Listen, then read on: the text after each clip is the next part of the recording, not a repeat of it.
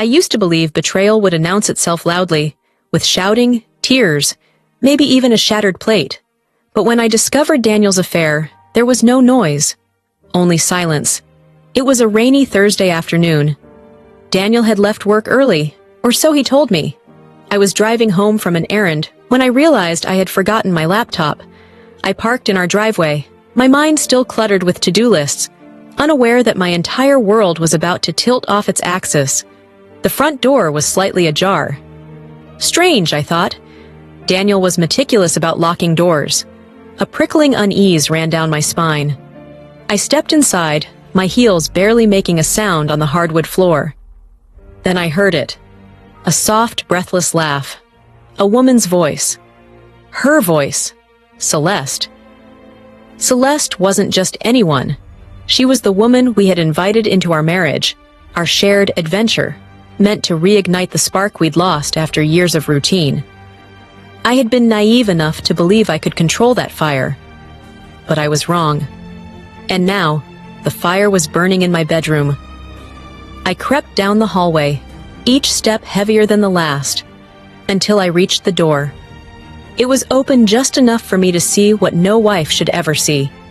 Daniel, with Celeste. His hands on her body, his lips on her neck. The same lips that once swore they'd never love anyone but me. For a moment, I couldn't breathe. My entire body went numb, as though the world had drained itself of all color and sound. I wanted to barge in, to scream and throw something, but I didn't. Instead, I reached into my purse and pulled out my phone. I stepped back quietly, my hands trembling, but my face set in stone. If I barged in now, they'd see my pain. They'd feed off it. No, I wasn't giving them that satisfaction. I walked out the door as silently as I came, closing it behind me. That night, I didn't say a word. Daniel came home hours later, his hair damp from a shower that smelled like guilt. He smiled at me, that same crooked smile that once melted me, and I smiled back. Because now, I wasn't just his wife. I was his judge, jury, and executioner. The next day, I printed the photos. I didn't look at them for long. I didn't need to. They were proof of what I'd felt for months, but didn't want to admit, that I'd lost him. But losing him wasn't the worst part. The worst part was realizing I had handed him to her. I had trusted Celeste. And now she'd taken everything I had built with Daniel, my marriage, my dignity, and laughed in my face. But they didn't know who they were dealing with. I played my part perfectly. Over breakfast, I asked Daniel about work. He lied, of course, said he had meetings. I smiled and nodded, pretending I didn't already know which meeting he meant. That day, while he was at work, or with her, I began gathering my arsenal. I pulled bank statements, scrolled through our shared accounts, noting every suspicious transfer. He had paid for Celeste's bracelet using company funds. That detail alone could ruin him if the right people saw it. I created a folder on my laptop labeled Garden Plans, an innocent title for the photos, screenshots, and documents that would later become his undoing. Every evening, I smiled at him across the dinner table like nothing was wrong. I even kissed him goodnight. But in my head, I was already building the fire that would burn his world to the ground. The final confirmation came a week later when I followed him. He had told me he'd be working late, but I didn't believe him. I waited 30 minutes after he left, then got in my car and tailed him. Sure enough, he wasn't heading to the office. He was heading to her. I parked 2 blocks away and watched as he walked into her apartment building, carrying a bouquet of lilies, my favorite flowers. Something inside me twisted, but I didn't cry. I just took another picture. Proof. More proof. When I got home, I poured myself a glass of wine and stared at the city lights through the window. I could confront him now, scream until my voice gave out. But what would that do? He'd cry, apologize, make promises he wouldn't keep. And I'd be left broken. Number not this time. This time, I was going to make him pay. That night, as Daniel slept beside me, I lay awake staring at the ceiling. I thought of all the years I'd given him, The late nights building his company, the sacrifices I made for his dreams, the woman I'd become for him. And I thought of how easily he'd thrown it all away for Celeste's red lips and hollow flattery. A calm, chilling resolve washed over me. He had no idea who I was when I was pushed too far. He was about to find out. Revenge doesn't start with fire. It starts with silence. In the days after I caught Daniel with Celeste, I said nothing. I cooked his favorite meals, smiled when he walked through the door, and even let him kiss me goodnight. He thought I was still his soft, trusting wife. But every smile I gave him was a blade I sharpened in secret. The first thing I did was get everything I could on him. Financial records, business contacts, and every breadcrumb of proof linking him to Celeste. I knew his passwords. I'd been the one to set most of them up. He had no idea that the loyal wife he took for granted had access to every corner of his empire. Late at night, while he slept, I'd slip out of bed and sit in the glow of my laptop screen, combing through his bank statements. That's when I saw it. $12,500 wired to Celeste's account. He'd paid her. The anger that rose in me wasn't the hot, explosive kind. It was cold, deliberate. He wasn't just betraying me emotionally. He was using the life we built together to fund her. I printed the statement and slipped it into the growing folder labeled Garden Plans. Each page was another nail in the coffin he didn't even know I was building for him. "You seem happy lately," Daniel said one morning, looking at me with mild suspicion as he buttered his toast. "Of course," I replied, sipping my coffee. "Why wouldn't I be?" He smiled, clearly relieved. Men like Daniel only care about peace in their own world, never the storms they cause in someone else's. "I was thinking," I said casually, "we should have Celeste over again. It's been a while since the three of us spent time together."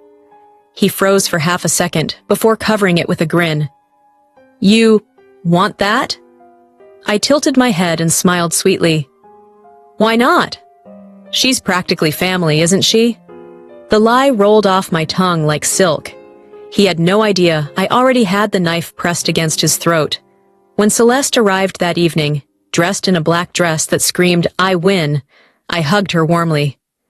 "Elena, it's been too long," she said, her eyes glinting. "Yes, it has," I replied, leading her inside. I kept my voice calm, pleasant, like I wasn't imagining ripping that smug smile off her face. The dinner was perfect. Candlelight, good wine, laughter. I let them have their little moments, the stolen glances, the subtle touches under the table. I wanted them to believe I was blind. But as soon as Celeste went to the bathroom, I picked up Daniel's phone and took photos of every message they'd exchanged. Every sickening, "I miss you." Every, "I can't wait to see you again." When she came back, I was smiling. The next day, I called Celeste. "Want to grab coffee?" I asked. There was a pause on her end. "With you?" "Why not?" I said cheerfully. "You're practically part of the family." She agreed, though I could tell she was suspicious. When we met at a cafe downtown, I didn't waste time. I leaned across the table, lowering my voice. "Daniel's been different lately, hasn't he?" She raised a brow. "What do you mean?" "You know how men are. They always want something new. Something more." I let the words hang like smoke in the air. "You don't really think you're the only one, do you?" Her lips parted slightly. "Are you saying—" I smiled, sipping my latte. "Oh, nothing. Just girl talk." That night, I sent Celeste a message from a burner phone. "You're just another game to him. Watch your back." The following day, I sent Daniel an anonymous message. "She's playing you. She's not as loyal as you think." Within 48 hours, the cracks in their perfect little affair started to show. Daniel came home tense, distracted. Celeste stopped posting their little date nights on her Instagram story. I sat back, watching it all unravel, and I felt nothing but satisfaction. With their trust shaking, I shifted my focus to Daniel's company. He'd built it from scratch, but I'd been there from the start. I knew its foundation better than he did. I called one of his key investors, an older man who'd always respected me, and casually mentioned I'd seen strange transfers from the company accounts. I didn't accuse Daniel outright, just enough to plant doubt. By the end of the week, Daniel was pacing the living room, his phone glued to his ear. "What do you mean they're reconsidering?" he barked at someone on the other end. "No, there's no problem. Don't listen to—" He stopped when he noticed me watching him. "Everything okay?" I asked sweetly. "Just work," he muttered. "Work must be stressful," I said, my voice dripping with fake concern. He had no idea I was the storm he was trying to outrun. That night, I reviewed everything I'd collected: photos, messages, bank statements. I had enough evidence to not only ruin his reputation, but also take half of everything he owned. And more. But I wasn't ready to strike yet. No, I wanted him to sweat. I wanted him to watch his world collapse around him piece by piece, before he even realized I was the one holding the hammer.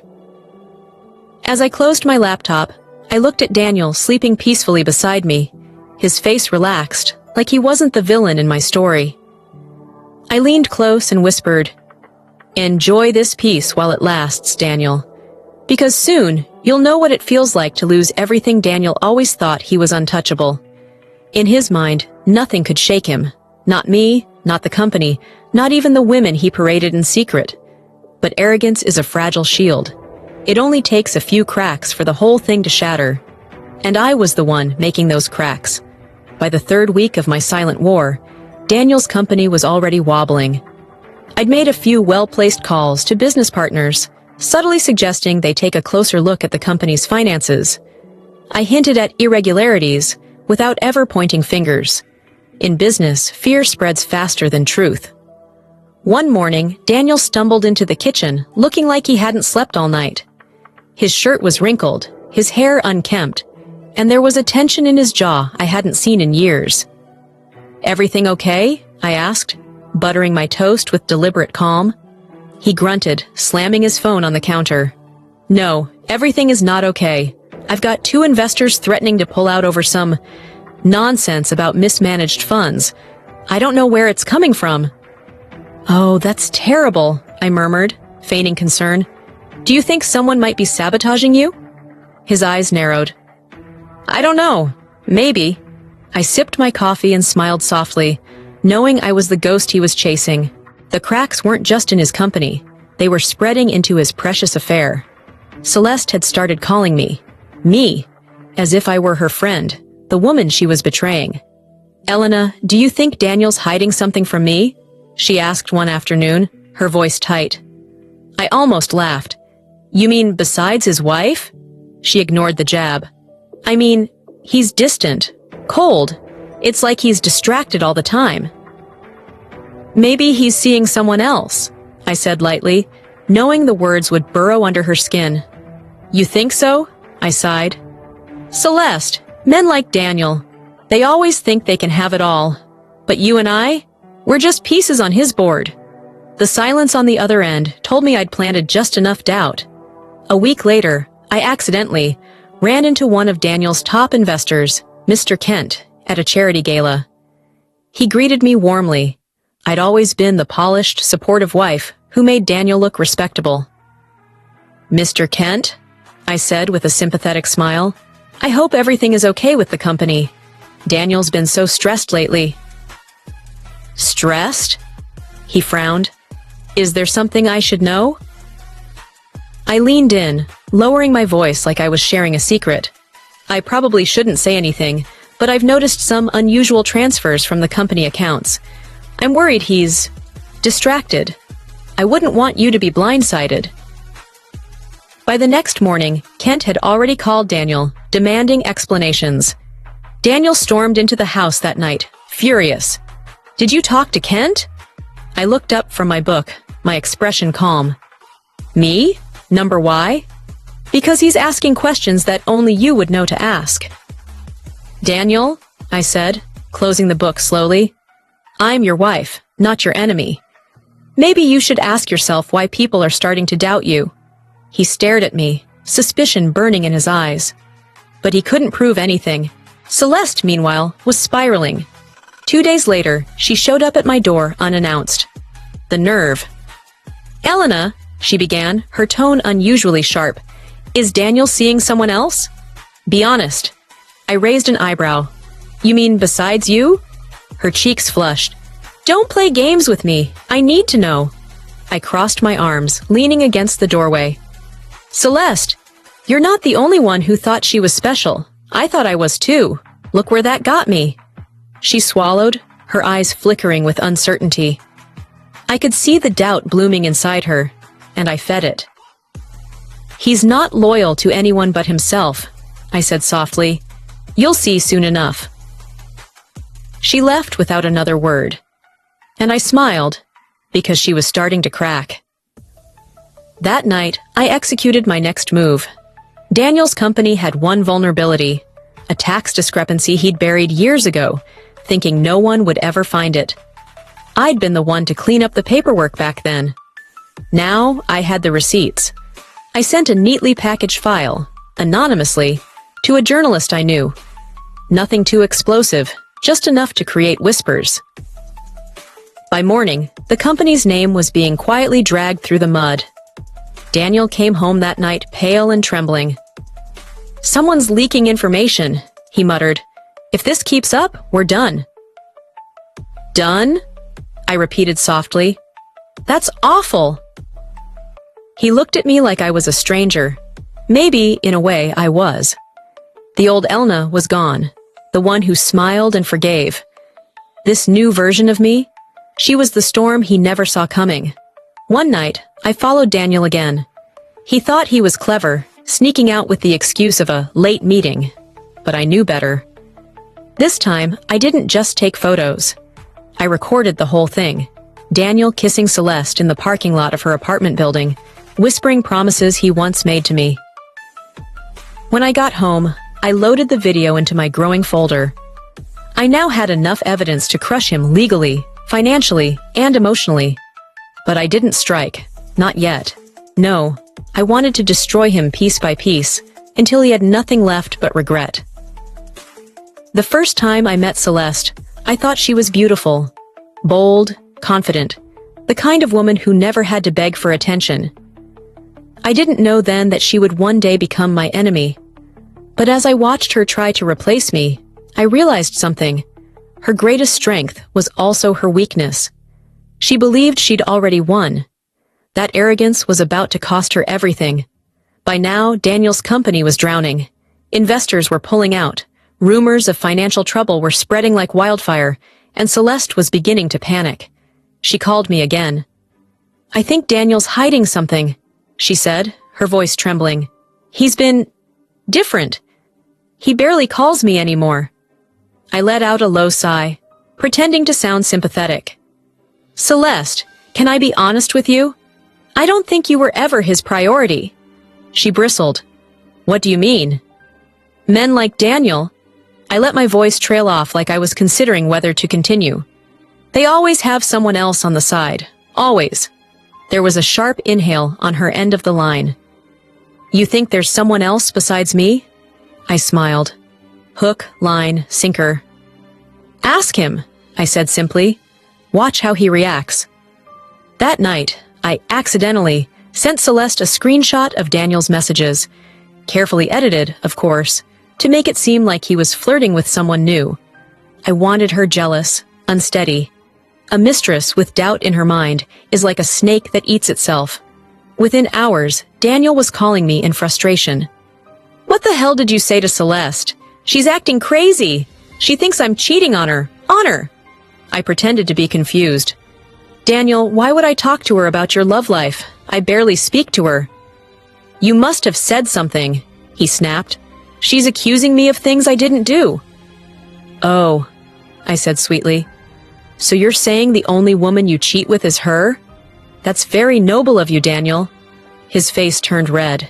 "Celeste," I interrupted calmly. "He's blaming everything on you. Do you think he's going to protect you when the truth comes out? Or do you think he'll throw you to the wolves?" She was quiet, stunned. I had her exactly where I wanted her. isolated, angry, and unsure of where to turn. That evening, I left an envelope on Celeste's doorstep. Inside were copies of Daniel's financial transfers to her, framed to look like hush money, proof that he was using her as a pawn. The message was clear. Daniel was done with her. 2 days later, Celeste disappeared from his life. She stopped answering his calls. She blocked him on everything. And Daniel? He was left confused and humiliated, not knowing that I was the invisible hand orchestrating every move. As I watched Daniel pacing the living room, frustrated and calling Celeste over and over, I realized something. I wasn't just getting revenge anymore. I was reclaiming myself. I was family B for me and Stone, with more other family and from being. He was following the Tamble's protecting that incomes describe in this. I hadn't. Daniel, he always be enabled. Speaking the warn and see, the company for me and Gooden, in this game, that the name revenge spinting the lifed. Daniel Wood, Tarndis was faring and impetition and mouth. When I wanted to know the days that several transparry blued maybe, I had not be outwise so unspantered, and doing this base. Now, you vidget Daniel know. When I set up Daniel, standing to espied in the wrong commons and patience, some of the expectations and seem like he. Daniel saw. I has always confused. I was in fast, leg and teen, and all as hide, I left as shay. Gemistes for me, I was started divinified direction, but not just high. To mind out the other things. Daniel, I was also felled in the company. Chivets management, Chivets management, Chivets management. Teachers and actual clients of safe. I discovered is that fold and photo. Daniel and Celeste. Celeste were even varies, free confirmed, and interfused moments in the omen. Chivets good and develops. Also do the investors from Daniel Daniels, there would be on titles in vase. They would be willing to follow. The real gem, though, was the video I'd recorded. Daniel kissing Celeste in public, whispering promises, and handing her an envelope of cash. It wasn't just infidelity. It was financial misconduct, and I knew the board wouldn't tolerate it. I sent an anonymous package to Daniel's top investor, Mr. Kent. Within hours, the calls began. Daniel stormed into the house, his face pale and his eyes wild. "Do you know what's happening?" he shouted. "The board is demanding an emergency meeting. Someone leaked everything. The transfers, the affair, all of it." I set my glass of wine down slowly, meeting his panicked gaze. "That's terrible," I said, my steed, voice dripping with feigned sympathy. He stared at me for a long moment, realization creeping across his face like a shadow. "You. It was you, wasn't it?" I smiled, the calm, icy smile of someone who's already won. "What makes you think I'd need to do anything? You ruined yourself, Daniel. I just let the world see it." His mouth opened and closed, but no words came out.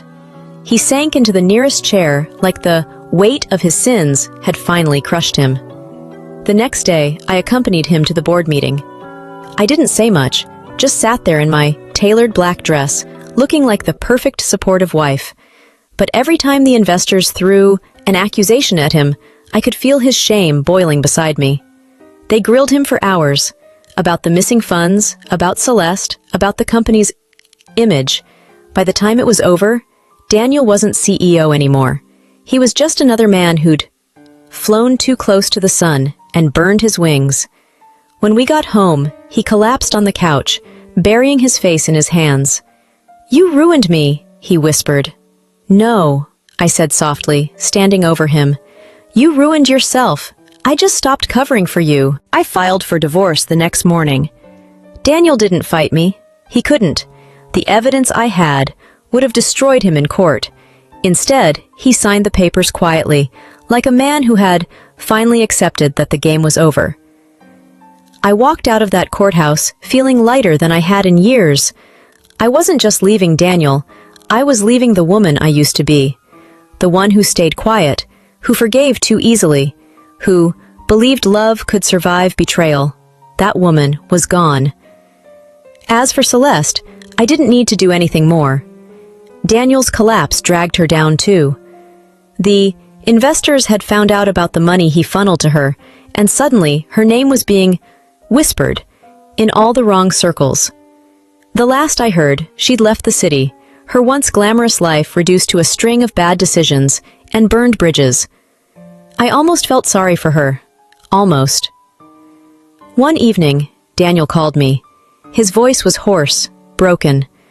"Elena," he said, I just want to know why. Why you didn't just leave when you found out." I thought about it for a long moment. "Because leaving would have been too kind," I said finally. "You needed to feel what I felt, to lose what I lost. That was the only way you'd ever understand." There was silence on the other end, followed by a shaky breath. "You got what you wanted. I hope you're happy." "I am," I said, and hung up. I didn't just move on, I rose. I took half of Daniel's assets and invested them into my own business, a consultancy firm I'd dreamed of starting years ago, but never had the courage. Now, with nothing holding me back, I built it from the ground up. In less than a year, I was thriving, independent, powerful, and free. And for the first time in a long time, I smiled. Not the sharp, calculated smile I used on Daniel, but a real one. One that belonged to a woman who had walked through fire and come out the other side, untouchable.